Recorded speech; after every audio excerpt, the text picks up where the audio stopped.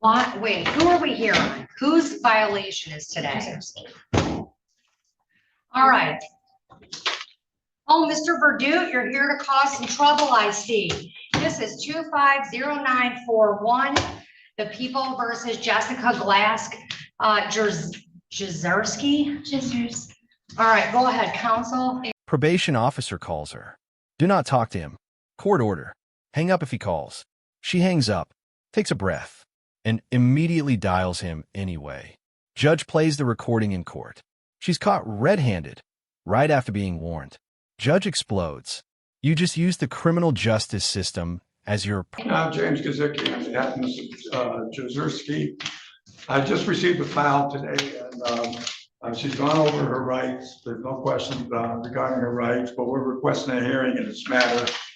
I'm asking the court for an adjournment so I can review the file and be brought up to date in this matter.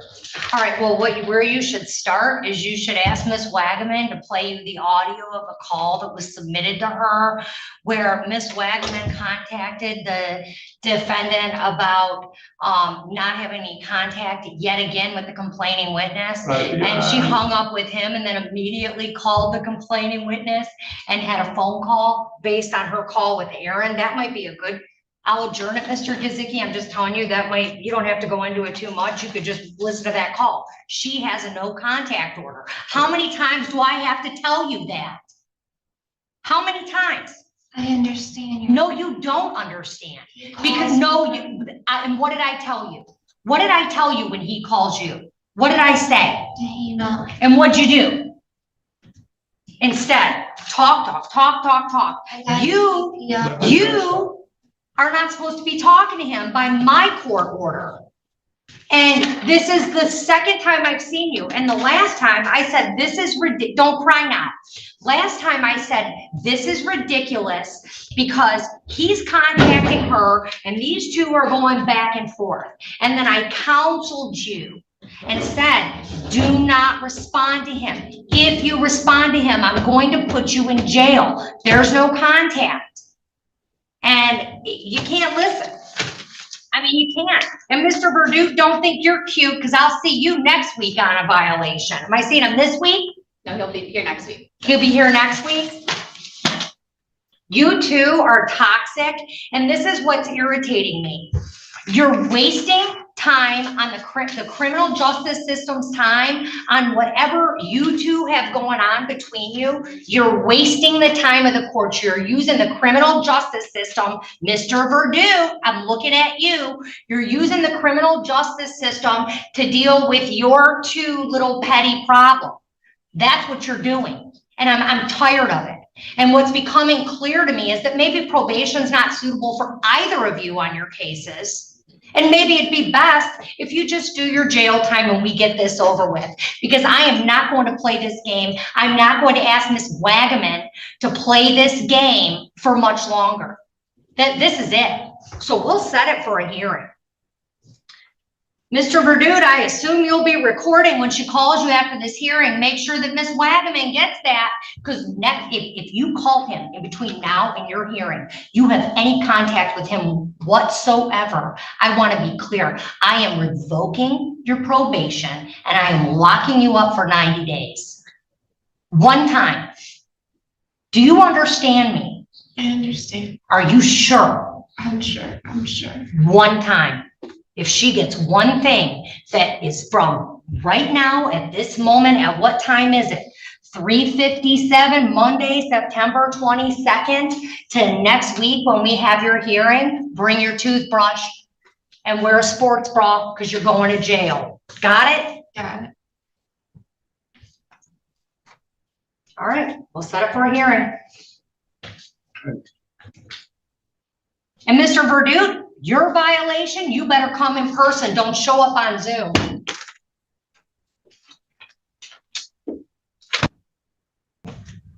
Right back. This is 250941 SM, the people versus Jessica Jezerski Glass. Aaron Wagaman on behalf of probation. Good morning, I'm James Gazicki on behalf of Mr. Jezerski. She's had the opportunity to go over her rights to rights form. She signed it, had no questions. Going to enter a plea of guilty of having contact with Mr. Riddle, and then we're asking if we can address the court prior to sentencing. All right, ma'am, can you tell me your first and last name? Jessica Jezerski. All right, did you go through this probation violation arraignment and advice of rights form? I did. Did you understand your rights? Yes, And did you sign and date the back of that? I did. And you understand, ma'am, that if you enter a plea of guilty, you'll be waiving the hearing rights listed on this form. We're not going to have a hearing. Do you understand that? Yes, Okay. And you've had a chance to discuss that with your attorney? yes, And you understand there's a allegation you failed to comply with the no contact order. That's a non-technical violation. So I could give you the maximum possible jail time on this offense, which would be 93 days. Do you understand that? I understand. All right, you gotta speak up for my court. I understand. All right, knowing all of that, ma'am, how do you plead to the allegation you failed to comply with the no contact order? Guilty. Has anyone forced you, threatened you, or promised you anything to get you to plea? No, All right, I'll accept the plea. Mr. Gazicki? You know, I think obviously the court is well aware of this situation and that of the complaining witness in this matter. Ms. Jezerski, she's been under doctor's care for many psychological things. And Mr. Verda has taken advantage. He's had contact with her, and although it's her fault, or she should not be talking to him, she's obviously, you know, he's manipulative, and she falls into the trap every time. You know, there's not much else I can really say, Your Honor. I'm just asking if there's an alternative to the 5 days in jail. As I indicated, court's aware of both parties in this case. I am. Yeah, and I just wish the court would take that knowledge into consideration. Ms. Wagaman, anything? The only thing that I have, Judge, is that I did call Ms. Jezierski directly before the last contact reported to me. That's what's so infuriating and frustrating about this. Correct. And then they had a phone conversation discussing the conversation that I had with Jessica to never contact him, hang up if he calls you, do not respond or react to any text messages. And not even 2 hours later, I got word that she talked to him. Here's the thing, ma'am. Mr. Verdu is going to use the criminal justice system to harass you and to punish you. Yes, you are. Yes, you are. Yes, you are. He's going to, because he's consistently done it. Here's the thing though, you're on probation. You had a court order, and in that order, I said, you can't have contact with him. And I'm going to refresh your memory. Last time we were here, or the time before, when I learned that you had a VOP for contact with him. And then I was given a stack like this of the two of you going back and forth, where he was verbally harassing you, abusing you. I mean, the whole thing was disgusting. The entire thread of messages was disgusting, but you kept taking the bait. When you did that, I had a really long lecture, ma'am. And in that lecture, I told you, I can't make him. There are things you can do, and it looks like you've done it at this point. I can't make him not contact you, but I can make you not contact him. And what'd you do? He starts using the criminal justice system again. He contacts you all the time, but you respond and you don't do what he wants, and he goes to your PO, right? yeah, So he goes to your PO and provides some evidence that you have had contact with him, right? And then she calls you, and your PO tells you, do not have contact with him.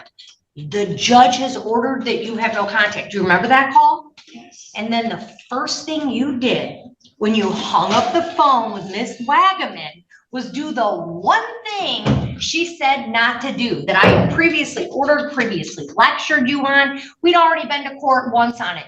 Do not contact this man. And you immediately put a call into him and started talking about your call with Miss Wagaman. And of course, Mr. Verdu got what he wanted because he recorded that call and turned it over to your PO. So not only are you, listen, I'm not justifying, I think it's clear his behavior in this case, but you are under court order to have no contact. And the one thing, if it would have been this back and forth, we would have looked at it. But when I have a probation officer call a defendant and say, hey, remember, you can't talk to him, period. And the first thing you do is get off the phone and call him. Where do you think you're going? Where do you think you're going when you outright violate a court order like that? That's right. Ding, ding, winner, 5 days jail. That's where you're going. And I hope you learn something from this, because whatever's going on between the two of you is, quite frankly, insane. And if you have any contact with this man, you're out of your mind. Because anytime you contact him, he just turns around and tells Aaron and you go to jail. And the only thing I think is going to break this cycle in your mind where you understand what no contact means is if I send you to county. That's it. That's all. That's the only thing that's going to work. Everything else I've tried lecturing you. Aaron's talked to you. I have literally put it in a court order and you violated the order. Not once, but twice. And probably many, many, many more times.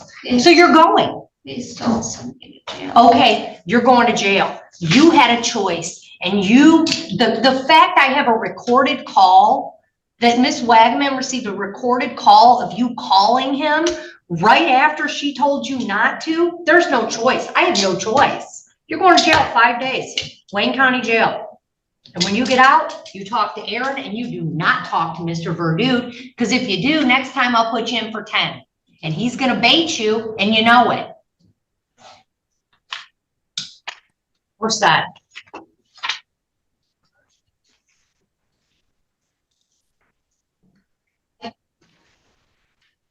Are we having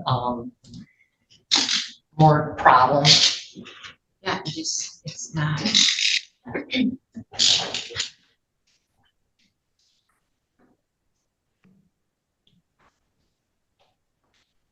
She had every warning, every lecture, every clear court order. And still, the second the phone call with probation ended, she called it back. Judge, he baits you. You bite. He records it. He sends it to probation. You go to jail. Again, 5 days in county jail, no hesitation. Because sometimes the only thing that breaks the cycle is bars on the door. If you've ever seen a no-contact order get obliterated in open court, or watched someone finally face the consequences of their own choices, like this video, comment, she really called him right after? Share it. Subscribe. More raw, unfiltered courtroom reality coming.